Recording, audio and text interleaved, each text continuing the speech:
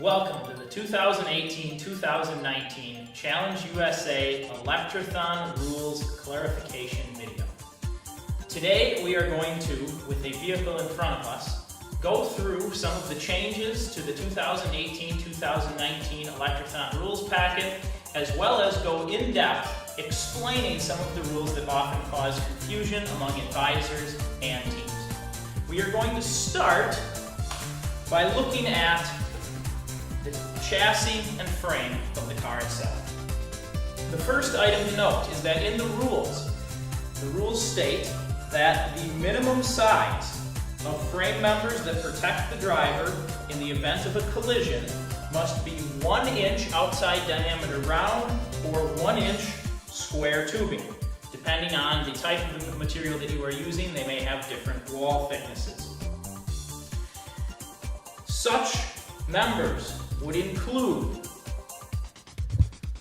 the roll cage members around the driver, proceeding all the way up to the front of the vehicle where the driver's body is located, as well as at the front of the vehicle itself. These members that protect the driver must be spaced such that a 6-inch diameter disc cannot fit through them. Any materials, any frame members that are used between two of these crash protection frame members can be 3/4 of an inch because they are not directly protecting the driver. These two pieces are what protects the driver, whereas any vertical support that would occur in between them is not helping in the event of a crash. It can be 3/4 of an inch if such a piece is there. At the front of the car, there must be a barrier that is at least 8 inches across as well as 8 inches in height. That will prevent the front of one vehicle from coming through the side of another vehicle in the event of a crash. This will be tested with the Challenge USA Electraton front end jig. When this jig is placed on the front of a car, no parts of the car may fit through this jig. If they do, they cannot be actual solid steel frame materials, or aluminum or chromoly, whatever you're making your frame out of. They must be collapsible. The way we will test collapsibility is if there is a nose on the front of the vehicle that were to stick through this jig going through safety inspections, the safety inspector must be able to collapse that material physically with their hand. If part of your nose, the nose of your car, does fit through the front end jig and is collapsible, you do not need to have the safety inspector collapse it at every race. If your team brings a video of one of you collapsing a similar nose or a spare nose at your school to prove to us that that nose is collapsible, that will suffice for the collapsibility portion of the safety inspection. The final element of the chassis that we want to look at is ground clearance. This year we have implemented a rule stating that the maximum ground clearance from the ground to the bottom of the chassis will be 6 inches. The car cannot ride any more than 6 inches above the ground. Also, we have a minimum ride height. That the ground clearance of the car must exceed the height of the tire sidewall. We test that with the ground clearance jig by placing it under the car and moving it all the way to the front of the car, as well as all the way to the back, to ensure that there is adequate ground clearance. The reason for that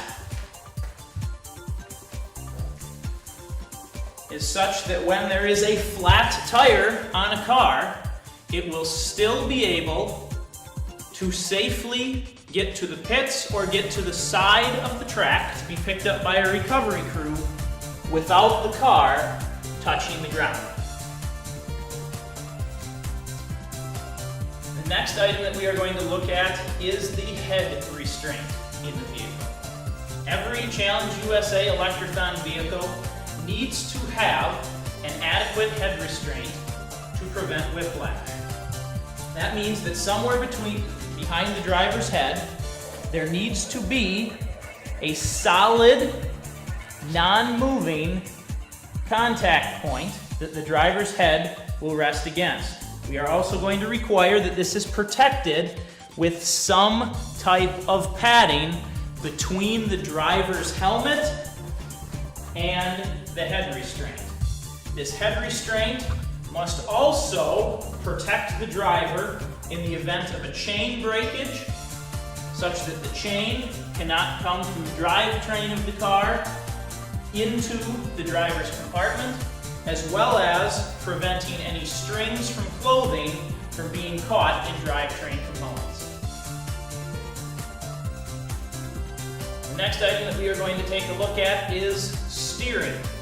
One of the most important elements of steering states that locking nuts or jam nuts are required on all steering components. This can include double nutting, pinning, or the utilization of set screws. Nylon lock nuts are not acceptable forms of locking nuts on axles. However, they are acceptable for steering connections such as tie rods.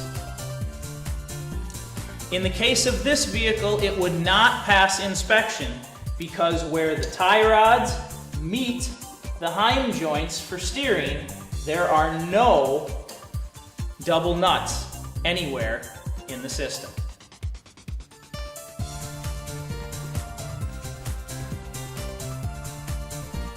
The electrical system of the Electraton car. Literally, what makes the car move. One of the most important parts is the battery boxes. How are the batteries secured and protected? We talked earlier about the frame materials and the fact that the 6-inch disc cannot fit through any frame components where the driver's body is located. That 6-inch rule also applies to where the batteries are located. On the outside of the battery box must be frame members that will prevent another vehicle from intruding into the battery compartment in the event of a crash. Battery boxes must secure a battery and prevent it from contacting the frame on all 6 sides.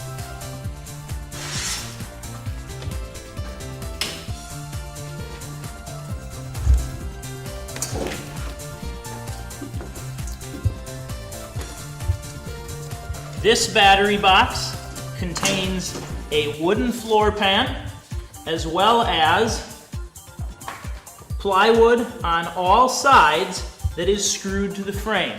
Heads of the screws that batteries could come in contact with have been covered with tape. In addition, the battery box lid can flip down to prevent the batteries from coming in contact with the seat. And within the battery box, batteries must be securely fastened, strapped down. We do advise that bungee cords and cloth cinch straps are not used. However, cloth ratchet straps may be a better alternative. In addition, on the electrical system, the master disconnect switch for the power of the car must be within reach of both drivers and track officials. In an example such as this, the master disconnect switch, which is outside of the car near the back, is not reachable by the driver, and as a result, we have a secondary disconnect inside the car for the driver to use. The disconnect switch on the outside of the car needs to be readily accessible for track officials and also needs to be marked with some sort of highly visible marking covering at least 8 square inches of the vehicle and clearly labeled with on and off positions for the direction of the key switch.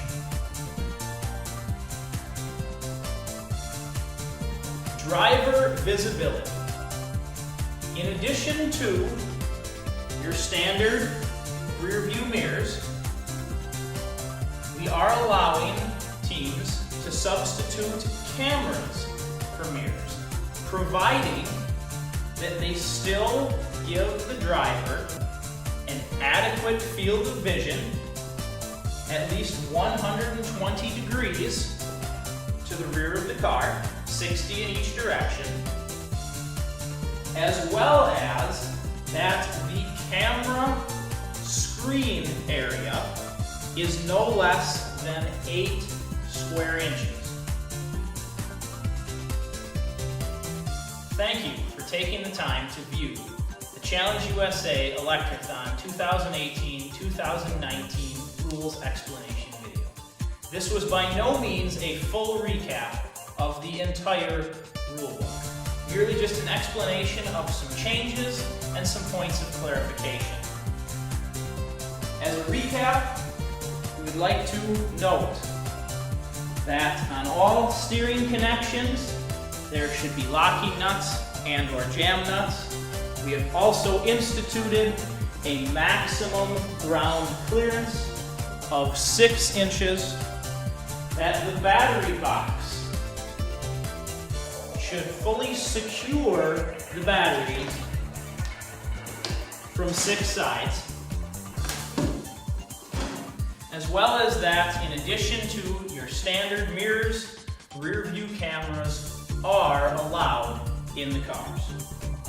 Please remember, safety is not just for at the track. Whenever you take your cars out into the parking lots at your school to test them, please make sure that the driver is prepared with adequate helmet, safety glasses, and clothing, as well as that safety harnesses are properly secured and that brakes are working correctly. Thank you for taking the time to watch this video. If you have any questions, please feel free to email electraton@challengeusa.org.